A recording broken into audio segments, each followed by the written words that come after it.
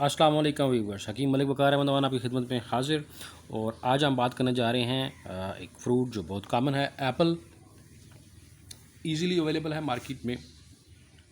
आजकल थोड़ा सा महंगा मिल रहा है, थोड़ा सा ऑफ द सीज़न आपको महंगे मिलते हैं और सर्दियों की प्रोडक्ट है, बेहतरीन चीज़ है ये। और इसको इस्तेमाल करने का तरीक़ाकार, बहुत सारे लोगों को गलतफ़हमी ये होती है कि जो इसका मुरब्बा है वो भी यकसां फ़वाइद का हामिल है।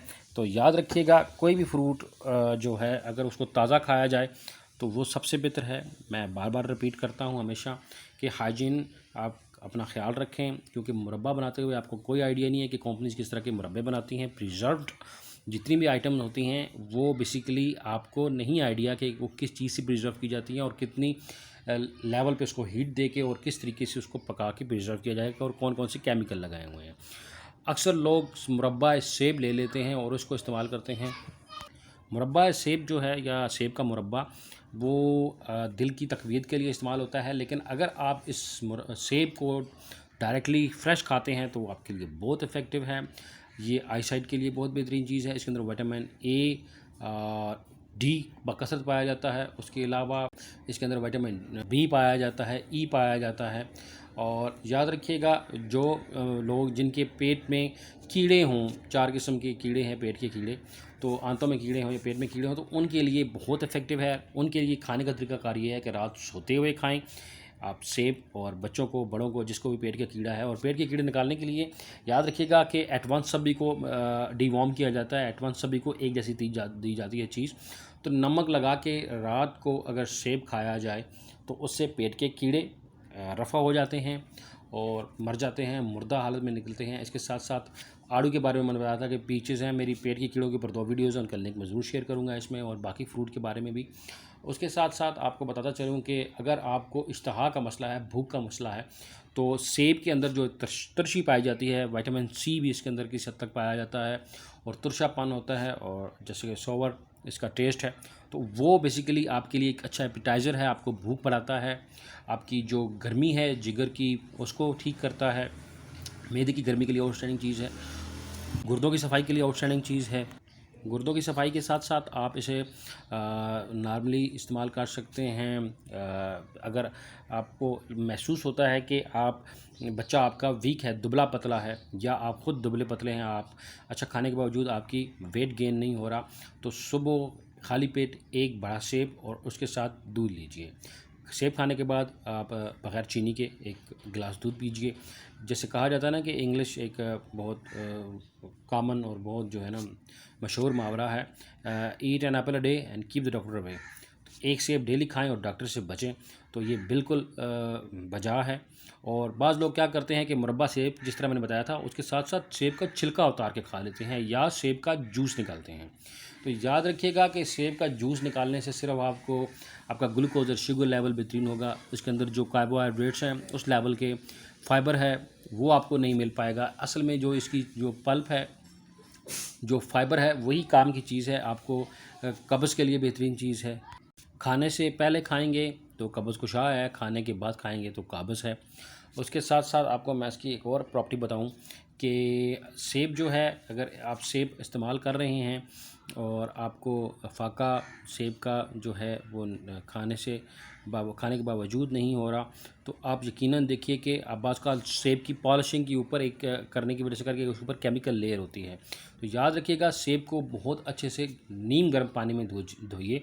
अगर इसके ऊपर वैक्स हो उसकी चमक बरकरार रखने के लिए, तो उससे वो उतर जाती है। अगर चिकनाहट हो तो उसे नीम गर्म पानी से धोइए।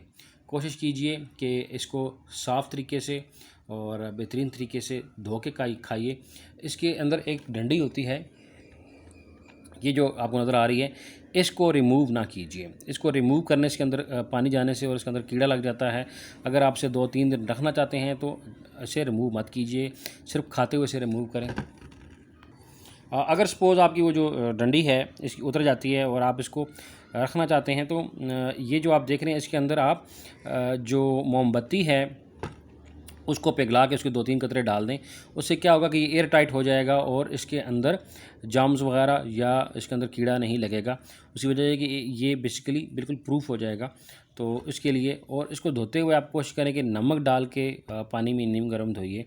उससे इसकी जो ऊपर लगी हुई चीज़ें हैं वो साफ़ हो जाएंगी। अमूमन वैक्स वगैरह लगाते हैं इसको चमकाने के लिए। सेबों की कई इकसाम हैं, लेकिन सारी सभी की सभी अच्छी प्रॉपर्टीज़ रखती हैं। सेब अमूमन जो इनके अंदर जो न्यूट्रिशनल फैक्ट्स होते हैं वो आलमोस्ट एक जैसे ही होते हैं। लेकिन मैं आपको बताता चलूँ कि जो सेब आपको लगे जिसका छिलका बल्की सा हो, जिसका छिलका सख्त हो और वो एक उसके अंदर शाइन ना हो, तो समझे कि वो सेब एक तो पुराना है, स्टोर्ड है, और उसके छिलके की ऊपर जो है ना सारी चीज़ें टिकी होती हैं। अगर आप छिलका मोटा है तो इट मीन्स वो कोल्ड स्टोरेज में ओवर डेटेड है और पड़ा रहा है काफ़ी देर तक, तो ये उसकी एक निशानी है। सेब को आप इस्तेमाल कर सकते हैं मुख्तलिफ़ डिशेज़ में भी, फ्लेवर्स में भी, इसका शेक भी बनता है। तो लेकिन सबसे बेहतरीन चीज़ मैं बताऊँ आपको, बग़ैर इसको किसी चीज़ के साथ ऐड किए आप इस्तेमाल करें। सेब को एक और खाने का तरीक़ाकार ये है कि आप रात को कच्चे दूध के साथ या उबले हुए दूध के अंदर सेब को काट के उसकी टुकड़े डाल दें एक गिलास के अंदर और पूरी रात उसे भिगोए रखें और आप उसे सुबह इस्तेमाल कीजिए और उससे उसकी अफादियत दुगनी हो जाती है। सेब के बारे में एक और बताता चलूँ आपको बात कि सेब को अगर थोड़ा सा जिस तरह बैंगन का भुर्ता बनाया जाता है, तो इस तरह अगर इसको बबूल करके थोड़ा सा आग के ऊपर हल्का सा सेंक के खाया जाए तो ये इश्तहा अंगेज़ है, एपेटाइज़र है, आपकी भूख को बेहतरीन करता है।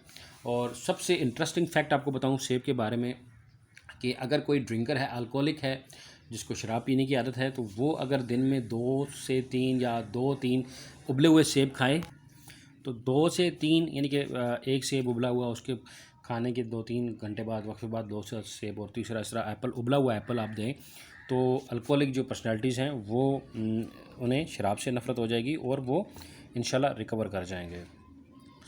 और ये बहुत इंटरेस्टिंग और बहुत कॉमन फूड है, इसके बहुत सारे फ़वाइद भी हैं। उम्मीद करता हूँ आपको मेरी वीडियो अच्छी लगी होगी। नई वीडियो आने तक मेरे चैनल को सब्सक्राइब कीजिए, लाइक कीजिए और शेयर कीजिए। कमेंट्स करके ज़रूर बताइएगा कि आपकी वीडियो कैसी लगी। मिलते हैं आपके साथ नेक्स्ट वीडियो में, तब तक अल्लाह हाफ़िज़।